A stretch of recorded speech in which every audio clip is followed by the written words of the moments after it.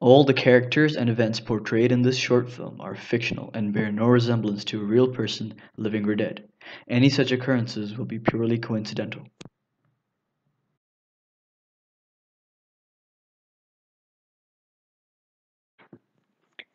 Attention deficit hyperactivity disorder, known more commonly as ADHD, makes it difficult for people to inhibit their spontaneous responses that can involve everything from movement to speech to attentiveness. ADHD is marked by symptoms which include impulsivity, hyperactivity, inability to concentrate for long periods, inability to get along with others, excessive fidgetiness, and a lack of control over speech and actions. This story is about a young boy named William Smith who suffers from mild ADHD which hasn't yet been identified. He lives in a family of four, which include his father, mother, and younger brother Charlie Smith, who is by all means an academic overachiever. The inability to identify symptoms of ADHD in young children can make their lives extremely difficult. Hey mom, I'm getting late for the Olympiad. I'll see you later. Alright, bye. All the best. Thank you. Maybe your little brother's going for his final round of Olympiad, so he won't be going to school. So you'll be going all alone. Will you be able to manage, or will you do it like last time? I'll be okay. Are you sure? Yeah.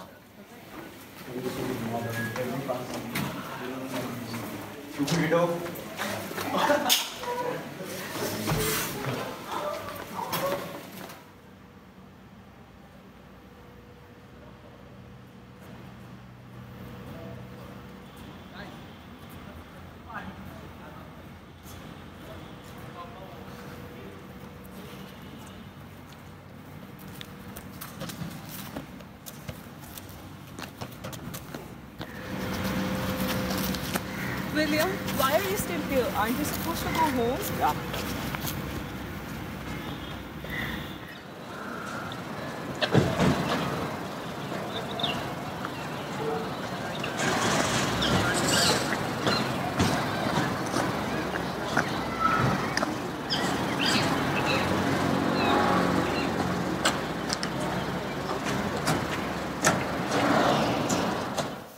Dad, I've looked everywhere for William. He's nowhere to be found. Did you check the park? I checked the park. I talked to the guard. He's nowhere. But you shouldn't be worried. You know he's stupid. He loses his Don't way. talk like that about your older brother. But you know he is kind of You're immature. not supposed to. It's like that might be him.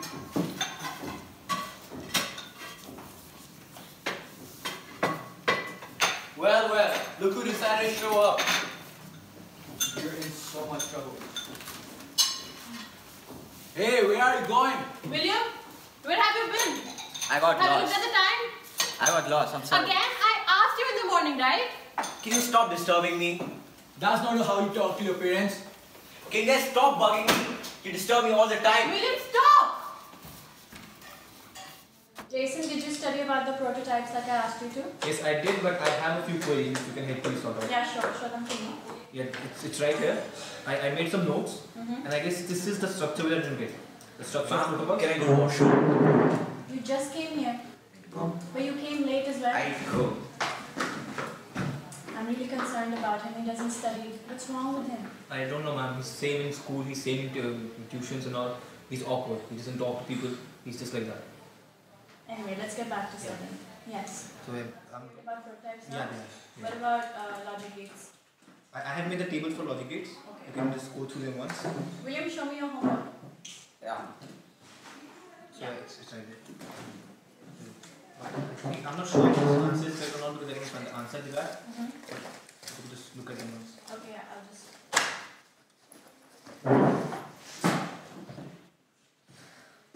There's a correction here. Okay.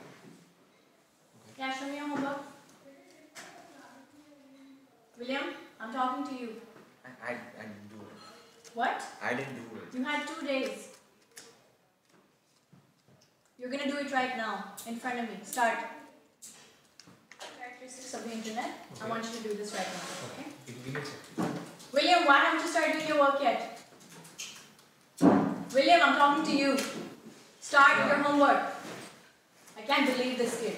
It's been 15 minutes and I don't know what you're doing. You keep fidgeting with your toy. Don't bring that again in class.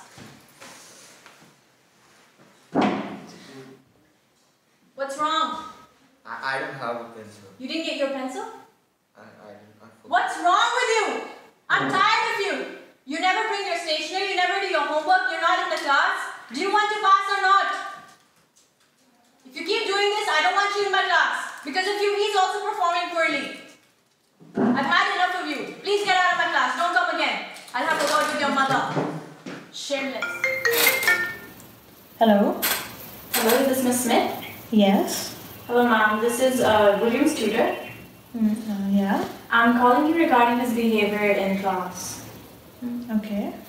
He hasn't been acting decent. I mean, he's not at all focused at his work. He doesn't concentrate at all. He doesn't want to study. He keeps taking washroom breaks. He's barely there. And I'm seriously concerned. I feel like you should really consult a counselor because his behavior doesn't seem very normal. I'm so sorry, ma'am. We'll definitely look into this matter. Yes, please do.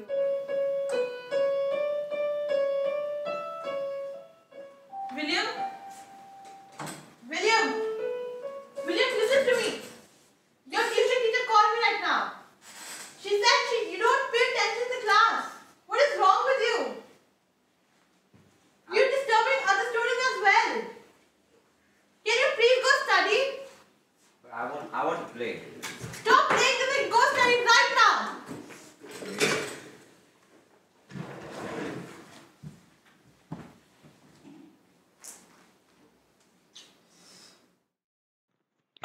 It is difficult for special children such as William to emulate the orthodox behavior of other children their age. Many parents, if not all, choose to ignore early symptoms of ADHD in their children simply out of negligence or the fear of their children being labeled as crazy in the society. Furthermore, they make comparisons between their children based on their academic performances. This worsens the condition of such special children who simply cannot compete with their siblings and peers. The identification of such symptoms by parents or by acquaintances could drastically improve the lives of children like William. Therefore, William's classmate Jason chooses to be the breaker of silence and decides to take it upon himself to ensure that William receives the special attention that he deserves, after examining William's behavior inside and outside the classroom very critically. Good morning, Jason. What brings you here? I'm here because I'm concerned about a friend and I think you can help me out with it. I think he's suffering from a disability. That is very serious, Jason. Are you sure you have evidence that can back this up? I have been observing him and I've observed something. For example, he lacks concentration. He cannot focus in class, he's getting scolded for that too. He's hyperactive. He roams around class, jumps around class for no reason. He interrupts people, tries to put his point forward, although it's not necessary. And he's socially withdrawn. People don't usually like him. And he keeps fidgeting. I've never seen him without fidgeting. And also he forgets stuff. He doesn't bring his stationery, he doesn't do his homework, and I've also heard once that he forgot his way back to home. Yeah. These sound like acute symptoms of ADHD, and that could be very serious. So in order to diagnose that, I'd like to speak to his parents. Have you spoken to his parents? I haven't, because they are a bit conservative and I don't know how they react. I think that they won't like it, that their child is, they get to know that their child is suffering from something like that. And the problem is that they actually pressurize William, my friend, for studying, although he doesn't like it. So I think that could be a problem. Sounds like a typical conservative family. But Jason, I cannot help you, nor can I help him, without the consent of their parents, because he's a minor, and in order to diagnose him, I need their consent. What you're doing is very, very noble, and in order for this noble act to play out, and for him to properly be diagnosed, and for it to reach a positive outcome, it is important that we involve his parents. Okay, then I think I'll try to talk to them. Do that. I'll get back to you then. That's what I can do. Alright. Thank you so much for that. Thank you. Jason, what you're doing is very noble, as I said before, and he's very lucky to have you as a friend, and I'm very proud of you. Hello sir, hello ma'am. I'm here to talk to you about William. I think he's differently able. Before you react, I just want to let you know that I've been friends with him for quite long and I've been observing him. I've talked to a doctor also, and after listening to all the symptoms, he agreed with me. And without your consent, we cannot diagnose him. I want you on board for this, and we can help him out. I look. I have seen him acting weird and being slow at things, but that doesn't just make him crazy. No. I'm not saying that he's crazy. He's just different. I And don't we get can it. help him out. We just. I don't You get it. can't come to my house and make my wife cry and call my son crazy. Get out of here.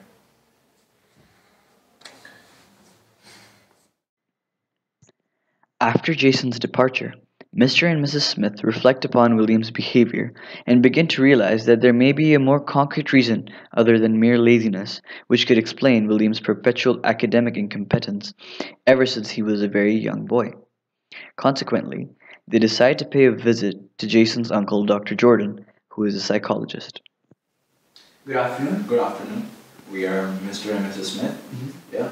We are here. You were recommended to us by Jason, and we are here to talk about our son Will. Oh, I've been expecting you. Yeah, we had a word about this to Jason, and at first we were not really convinced by this, but recently I just thought about it, and I really think we need your assistance. Oh. I'm glad you're here. I want to let you know that before I can begin any kind of diagnosis, Yeah. you are supposed to be completely supportive of William and his choices. By this I mean that you're not supposed to force him into doing anything that he's not interested in, such as academics, as I've heard from Jason, but you're supposed to encourage him to find things that he's interested in, right? As people who are bothered by attention deficit, they tend to be good at certain things that interest them, and not necessarily at other things that are forced upon them, such as academics or any other sport activity that you have enrolled him into. So I want you to find what he's interested in and support him through it at all times before we can start any medical procedures. Okay. I think we could really do that. He's really interested in playing keyboards, so I think we should really put him. If that is what interests him and if that's what you really believe, then sure, go ahead. And let him know that this is what you believe in. Yeah. He might come through. Yeah. Thank you for seeing me. Yes. Thank you so much. Cheers. Let me know what progress you make. Yeah, sure. Have a nice day. William, your father and I have been thinking about how we're pressurizing you lately about your academics. We really want to be supportive, and I think we should, you should pursue something that you're really interested in. How about that? How about what is is there something that you really like and you're really interested in? I like playing the piano a lot. It interests me. Would you like us to arrange a tutor for you? Piano tutor? That would only not me. Okay, perfect.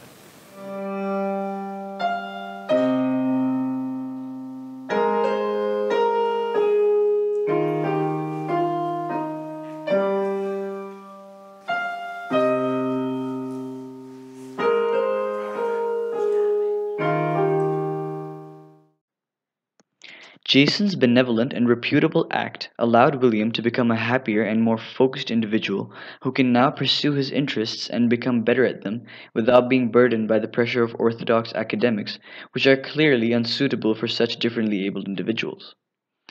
Our society could use more heroes such as Jordan, who do not hesitate to step up and make this world a better place to live in for differently abled children.